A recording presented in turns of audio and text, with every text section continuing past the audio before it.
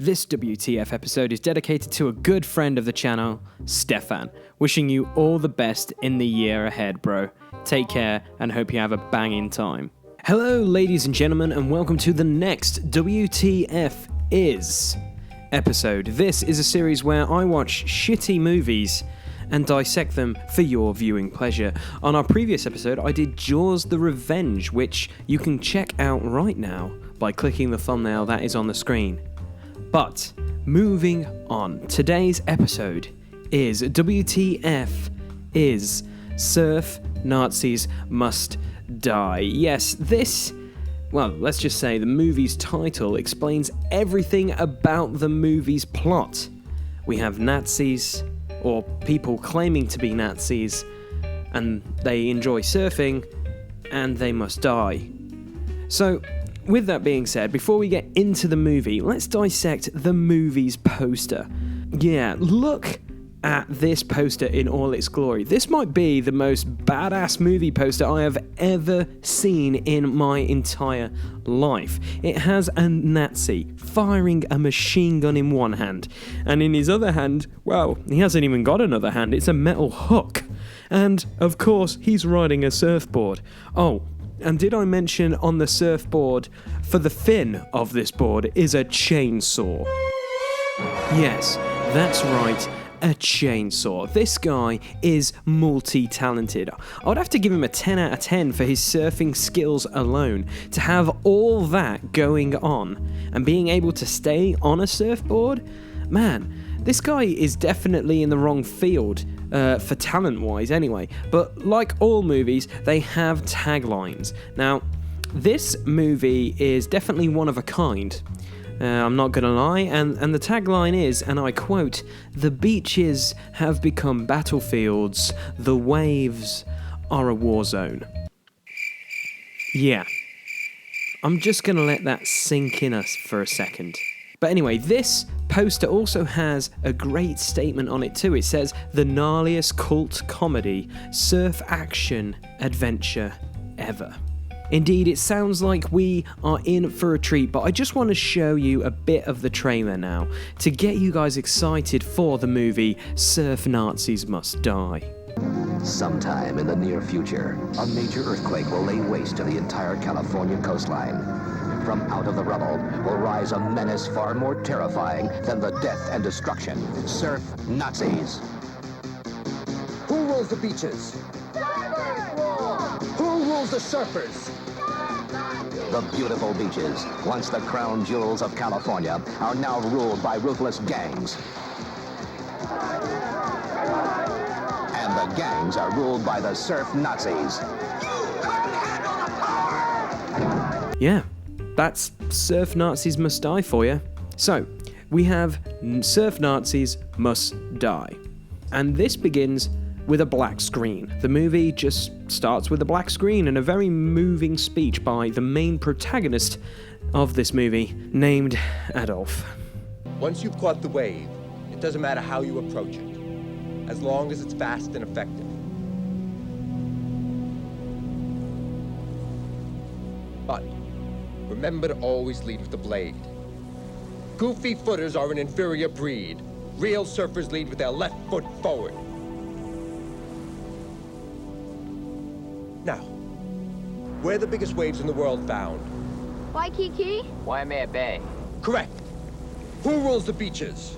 Surfers rule! Who rules the surfers? Surf Nazis! Surf Nazis! Yeah, we have these kids learning the ways of the Surf Nazis.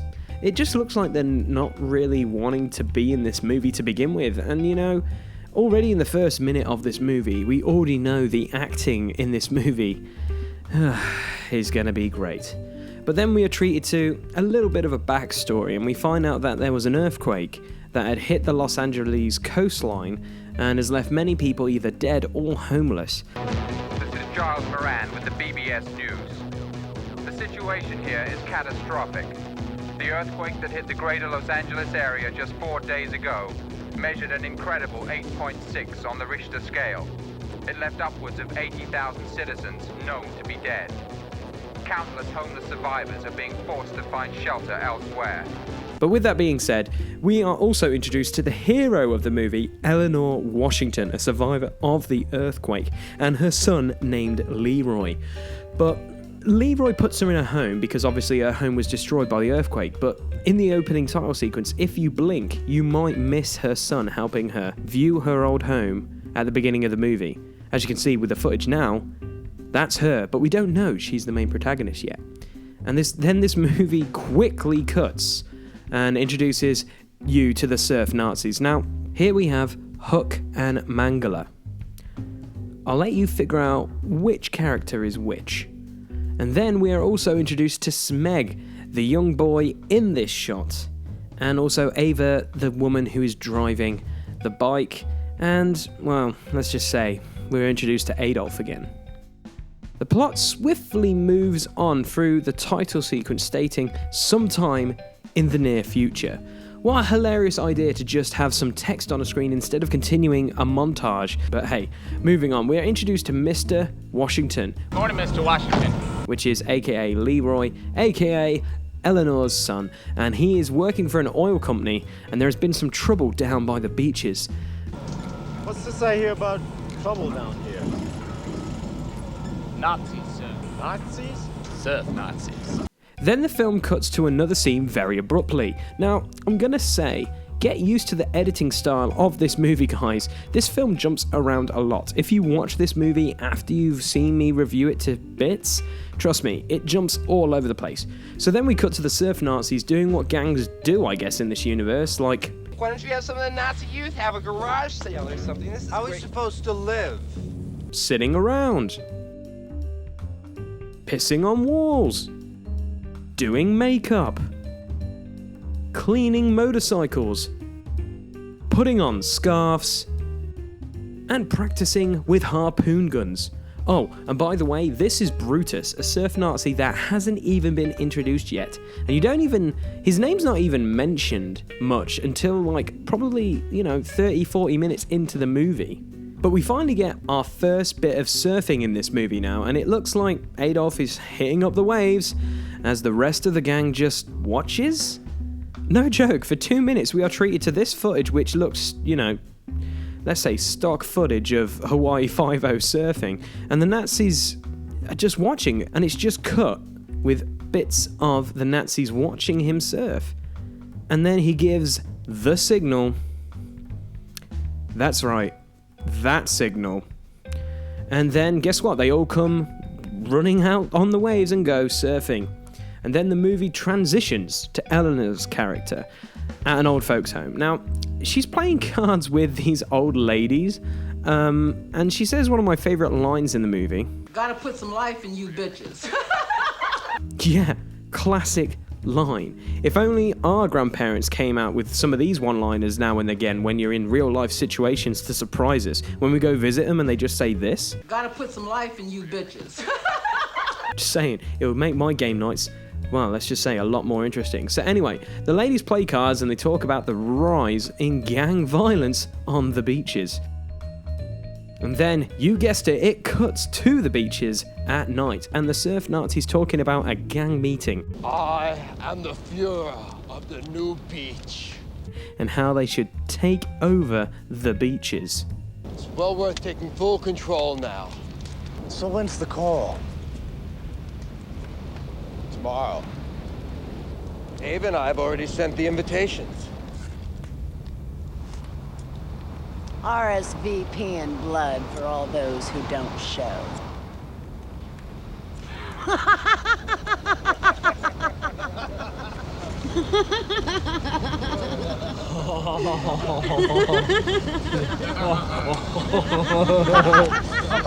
So, with that bad dialogue and terrible acting out the way, the following day we have the meeting between the gangs, and boy, you guys are in for a treat when you see these other gangs. Well, we don't actually find out anything about their gang names or who they are individually called. They just turn up for this meeting and they assume that you know who they are. but I'll just let this footage play so you can actually see these menacing gangs.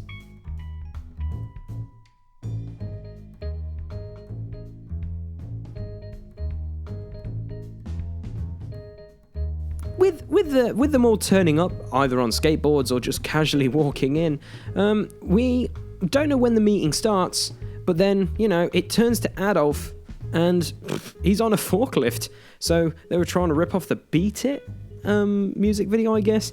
But the best thing about it is he's wearing a cape.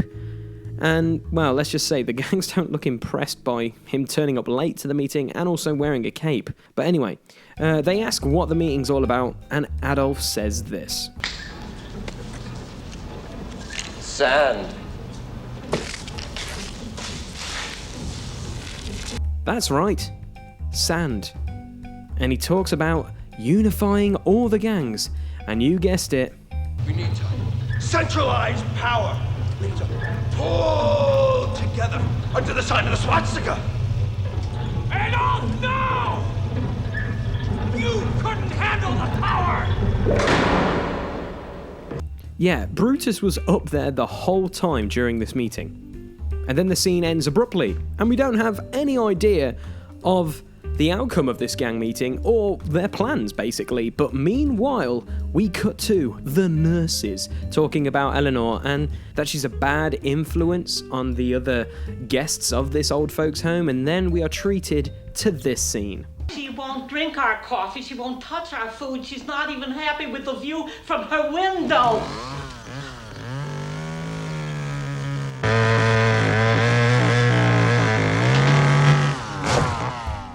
I think that speaks for itself. We then cut abruptly to another scene. Yes, that lovely editing style continues, and Adolf's Nazi youth going around robbing people, just stealing things off the beach. And as you can see, they're putting all these items they found on the beach. And, oh yeah, they also steal a watermelon. Yeah, they steal a watermelon.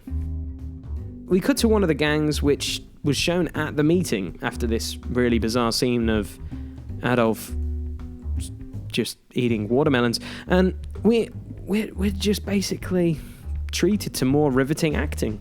Oh, the usual. Hey, when are you gonna take me on a ride on your hot rod, Hot Wheels?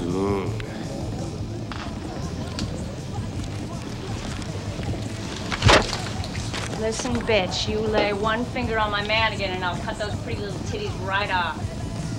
Thought you was at home with the kids. Yeah, that's right. Thought you was at home with the kids. He said, I thought that you were home with the kids. What the bloody hell is going on with their parenting skills? But anyway, that's another topic for another day. So the Nazis decide to show up at this gang's hideout and they ask for a cut of their money. I'll take what you got.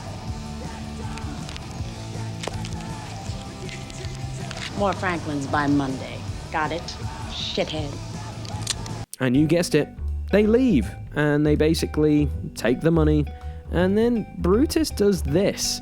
I have no words to describe what he was told to do in this scene as an actor, or what the director said to him, but he just does this.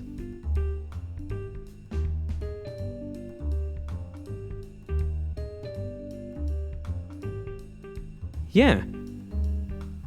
Really weird. So anyway, they leave and head to the beach for surfing, or in this movie's case, doing nothing. Again, this gang seems to be really into surfing, but, they do nothing until Adolf spots another gang, and he says this. Samurai surfers. So I guess he means these guys, which were at the meeting, but we have no idea who they were. And yes, you guessed it, Adolf sends the guys in to surf after them. But not everyone goes in, It's kind of interesting because Smeg hears Eva yelling at Adolf.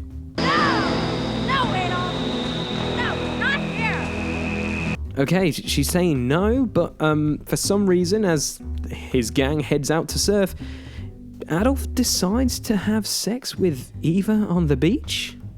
Yeah, she did say this though, remember? No, Adolf! No, not here! But she then quickly changes her mind for some weird reason, and for the duration of this movie, it just keeps cutting back to Smeg, and he just watches them do it?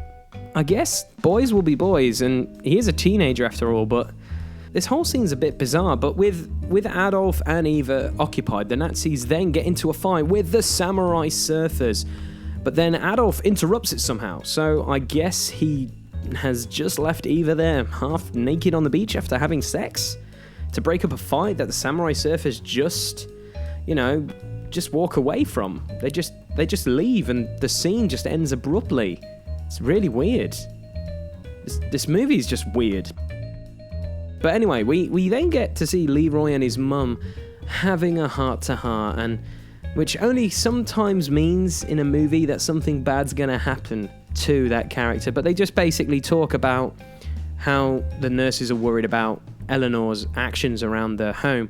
And, well, you guessed it, Leroy goes out for a jog after meeting his mum, and he stops this Nazi youth from stealing this old woman's purse.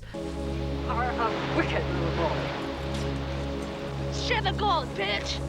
And, well, as you can tell, he encounters Adolf, and then Adolf threatens Leroy. He then retaliates, but then Hook and Mangler are there, and they intervene, and for some weird reason he decides to run out into the sea, and then it cuts to, Leroy's kind of funeral, where Eleanor's the only family member, and she's just stricken with grief. And obviously this is the main turning point in the movie, but it's just edited so hilariously that I'm assuming he's dead, because we actually never find out. So then we get straight into the next scene abruptly, and, well, out of the blue, it's just this hilarious... Well, let's just stop the footage. Here we go. This scene, it's pretty interesting, but I'll just let the scene do the talking for itself. Gregory! Take that wetsuit off. No way. Adolf is expecting me. Adolf? Good God, Gregory. Is that what that snotty Ricky Johnson calls himself now? Mom. And what are we going to learn today, Gregory? Don't call me Gregory. How to assassinate your parents? You're not going back to them. They're cool. We're the gnarliest gang around, Mom. Yeah, right. And don't call me Mom. What? It's reverse psychology. I asked Dr. Sneff all about how to deal with you and your neo-Nazi crap. You know what he said to me? You know what he said? He said, you have suppressed hatred for your father and me. Yeah. Smeg's real name and all that. Very bizarre. But anyway, with that scene out of the way, we cut to a pawn shop where Adolf and Brutus go in to sell all their equipment, and then that the Nazi youth stole earlier. And you guessed it, Adolf isn't happy with the prices, and I think he doesn't really know how a pawn shop works, with the dialogue going back and forth with the shop's owner. Plus we find something out about Adolf's past. I was an economics major. Yes, he was an economics major, which, is pretty interesting, because how's that worked out for him? Because, if he's obviously gone to college or something, but he's decided to become a leader of the surf Nazis and start his own gang. It was a very interesting career choice. I personally wouldn't have gone down that route, but hey, everyone's to their own, I guess. But anyway, we then leave the shop, and Leroy's mum is out at the beach, and here's this conversation between Smeg and some young ladies at the beach, and I kid you not, I will give you a loud noises warning. Just listen to this. Keep talking, white trash!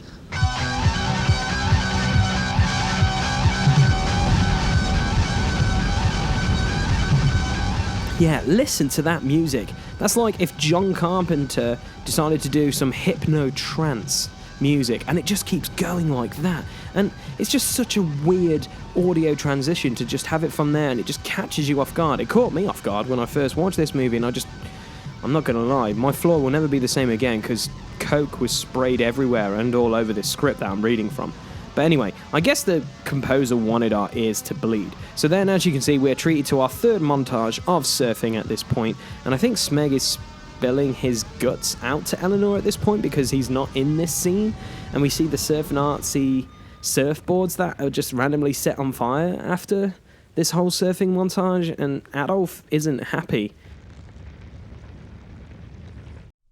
And we have some bizarre one-liners shouted out at each other at this campfire scene, and, you know, it's just really weird. You dizzy bitch! The beautiful birds are barbecued because you can't stay in one place for 5 fucking minutes! Slime-sucking Neanderthal, how dare you question my loyalty? Shut the fuck up, both of you! Fuck!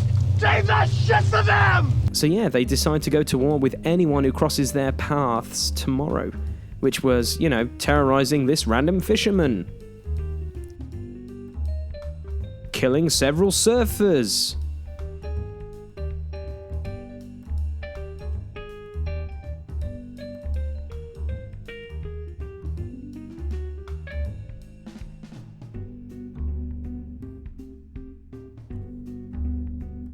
Oh, and I guess burning down this house. I guess this house must have pissed them off or something, but we'll never find out, and, you know, it's not in the script, so, yeah, they just decide to set this house on fire for some weird reason, so it must have looked at them wrong because, yeah, that house is now dead. But we then cut to the following morning, which is a meeting between all the other gangs, which, wow, let's just say, they don't even really tell us their names. All we know is that it's all the other gangs and the samurai surfers, because we don't know their names still, but I'll just let this scene play out. I guess you heard they rumbled Jake and Rabbit yesterday, huh? More bad news, I guess. They're moving in on Power Beach. What? Since when? Since dawn. That's ours, man. That ain't Nazi territory. Well, that's real bright, Max.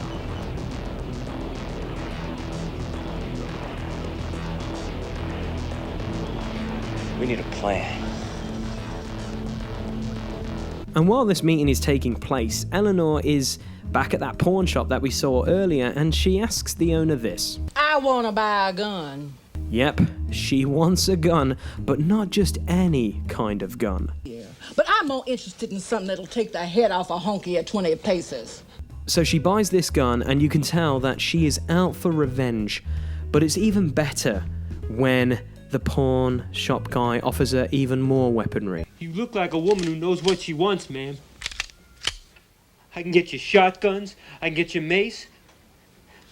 Hell, I can get you grenades. Grenades? Yeah. The scene just abruptly ends with her just saying grenades, and it just ends. And wow, let's just say it, she means business. We then cut to Gregory's house, or shall I say, Smeg's house, and he's writing a letter to warn Adolf. Dear Adolf, there's some gnarly trouble coming your way. I can't tell you to your face because I'm afraid you might hurt me, but please, be careful.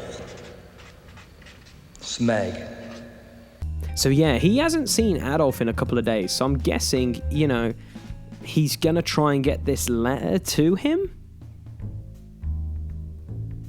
But no, his mum was creepily waiting outside his window to stop him and rips it up in his face. This mum is really, really weird, but at the same time, fair play to her. So then, we cut to the following morning and the gangs are preparing to take out the surf Nazis. And, well, let's just say preparing means, I guess, practicing kung fu, putting on suntan, and drinking beer. You know, that's how I prepare for a gang fight, I guess. So, with that all being said, the samurai surfers head to the Nazis' beach, which, you guessed it, a fight breaks out.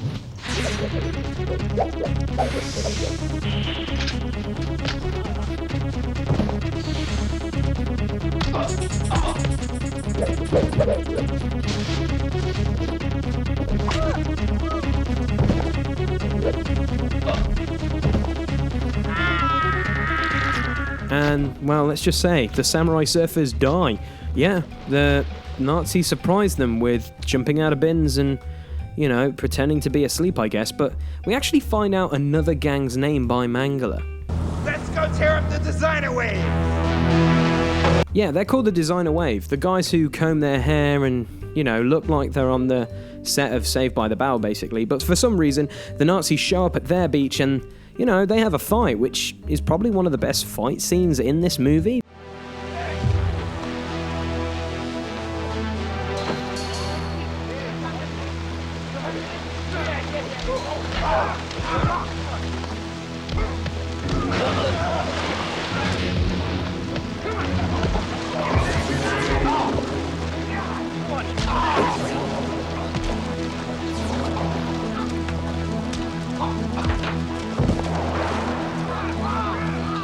because it looks like the designer wave might win, but then, yeah, this guy gets stabbed in his crown jewels. Another dies somehow, but it's never explained because Bruticus just walks away, as you can tell. And another gets stabbed, and yeah, they kind of do this really bizarre celebration dance, which I think it's only right if I play the Final Fantasy music over it, just to make it more that comedic, shall we say.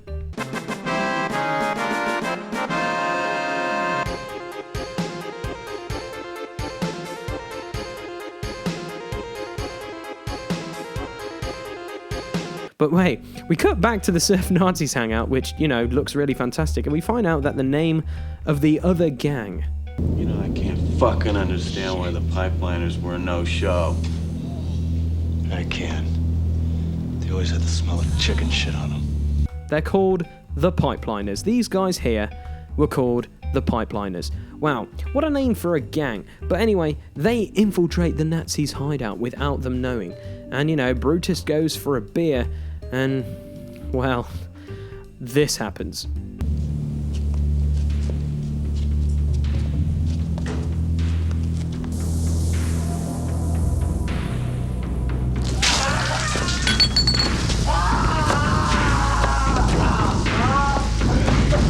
Yep, he is blinded by acid.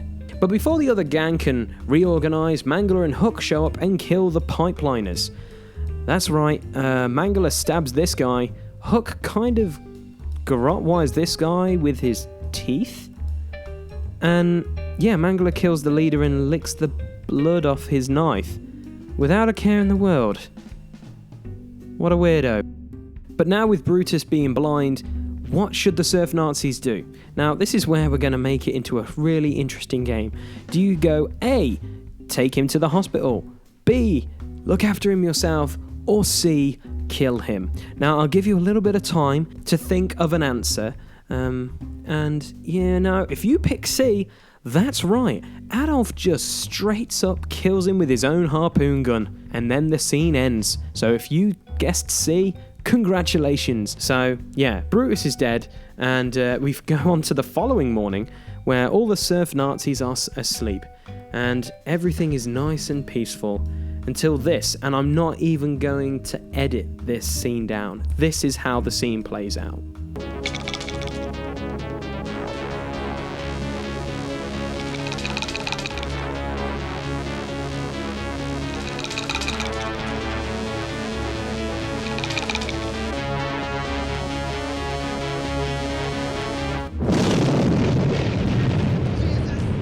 Yeah, boom, a grenade goes off and kills Hook and Mangler.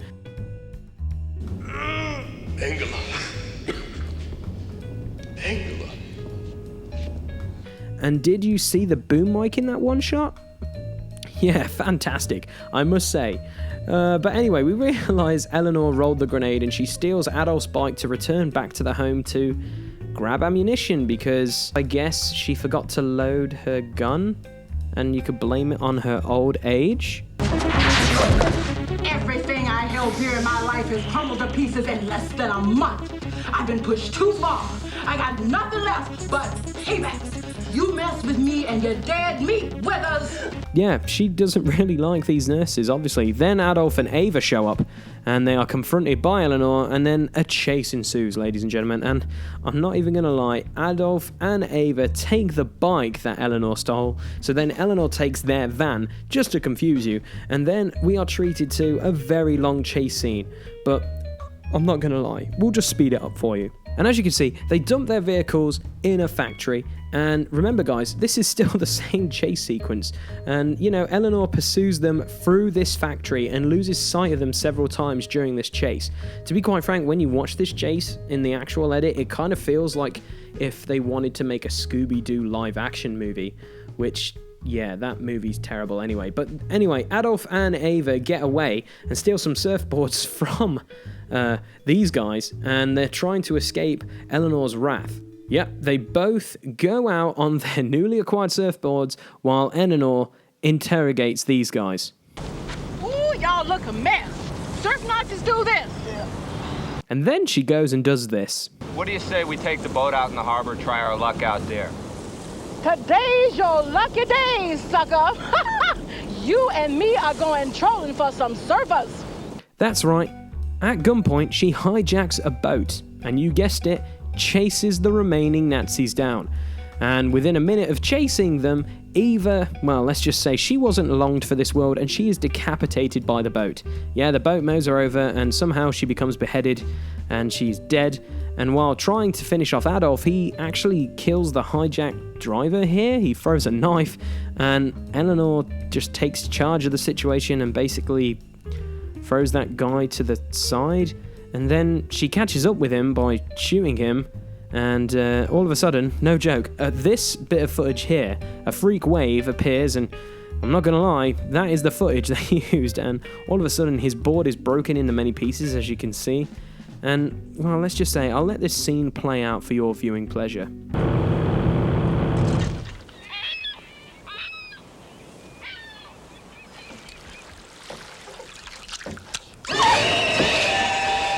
Taste some of Mama's home cooking, Adolf.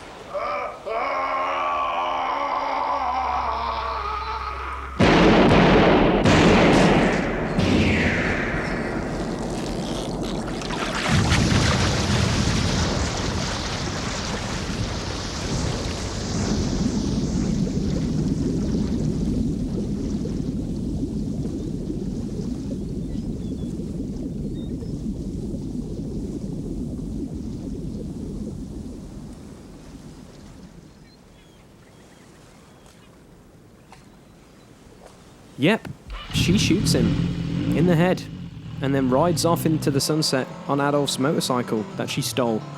And that is the end. And with that being said, ladies and gentlemen, that is WTF Surf Nazis Must Die.